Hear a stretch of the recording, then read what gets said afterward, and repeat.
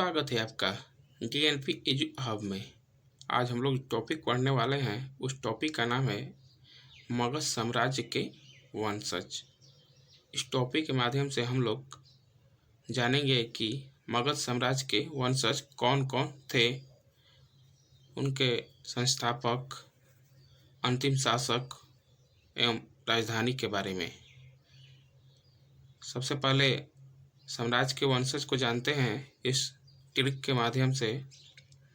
Trick है हसीन माशुका साथ में। हसीन माशुका साथ में।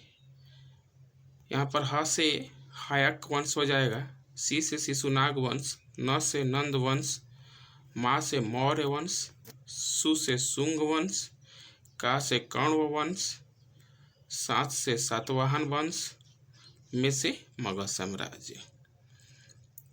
ये मगध साम्राज्य के वंशज हैं जो हम लोग हसीन माशुका साथ में ट्रिक से जाने।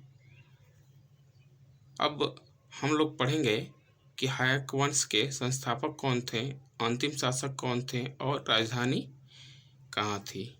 इसको भी हम लोग एक बेहतरीन कंसेप्ट के साथ पढ़ेंगे। अब देखिए, पहले संस्थापक के बारे में देखते हैं। संस्थापक हैं बिंबिसार। इसको हम लोग याद कैसे करेंगे? वहाँ से कि हक, आपका हक सबसे ज़्यादा कहाँ किस पे होता है? बीबी पे। हक से बीबी। और अंतिम शासक का देखिए नाग दशक। अगर आप लोग नाग को देख लीजिएगा तो हक्के बक्के रह जाइएगा, नहीं हक्का बक्का रहता है। अब क्या करें, समझ में नहीं आता है। तो नाग हो गया अंतिम शासक। अब देखिए हक, बीबी। बीबी लोग कहाँ रहती है? घर में ही। तो राजधानी क्या हो जाएगा? राजगृह। घर की लक्ष्मी होती हैं औरतें, तो बीबी लोग घर में रहती है तो राजधानी हो जाएगा राजगृह। अब अगला देखिए शिशुनाग वंश। संस्थापक शिशुनाग। ये तो जो वंश है वो वहीं उनके संस्थापक हैं। तो शिशुनाग वंश का संस्थापक शिशुनाग। और अंतिम शासक है नंदी वर्धक। नंदी नन्हा, शिशु कैसा होता है? नन्हा होता है, तो इसे इसको याद कर लीजिएगा, शिशु नन्हा अंतिम शासक। और शिशु लोग कहाँ रहते हैं? घर में ही। तो राजगृह उनका राजधानी हो जाएगा। अब जो इसके बाद जो चार होंगे उन सबका राजधानी पाटलिपुत्र होगा। एक अंतिम है, उसका थोड़ा अलग है, तो उसको वहाँ पे समझेंगे हम लोग। अब देखिए नंद वंश।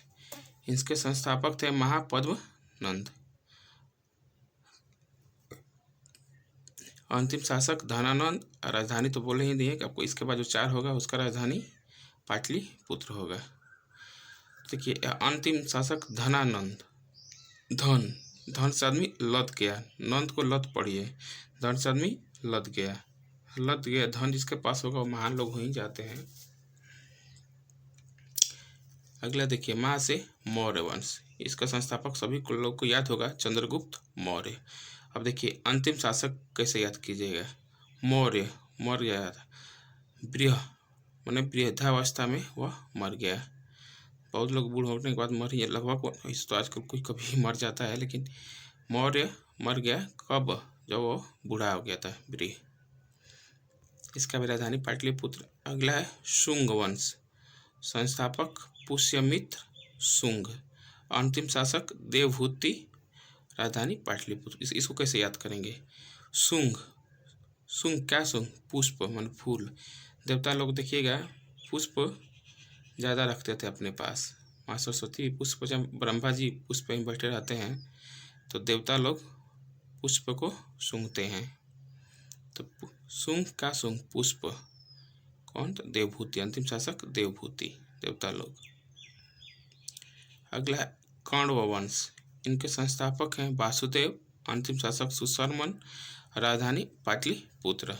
कण्व, कण्व वासुदेव। कण्व का कृष्ण समझिए।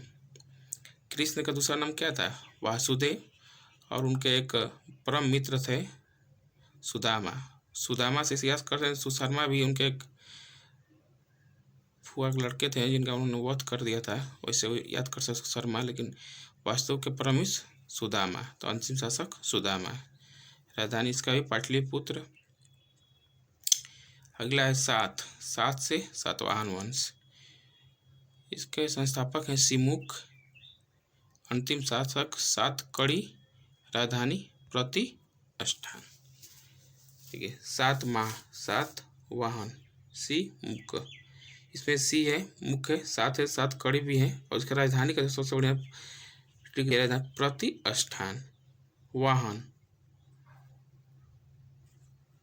अब वाहन होते हैं विवाह में और सज धज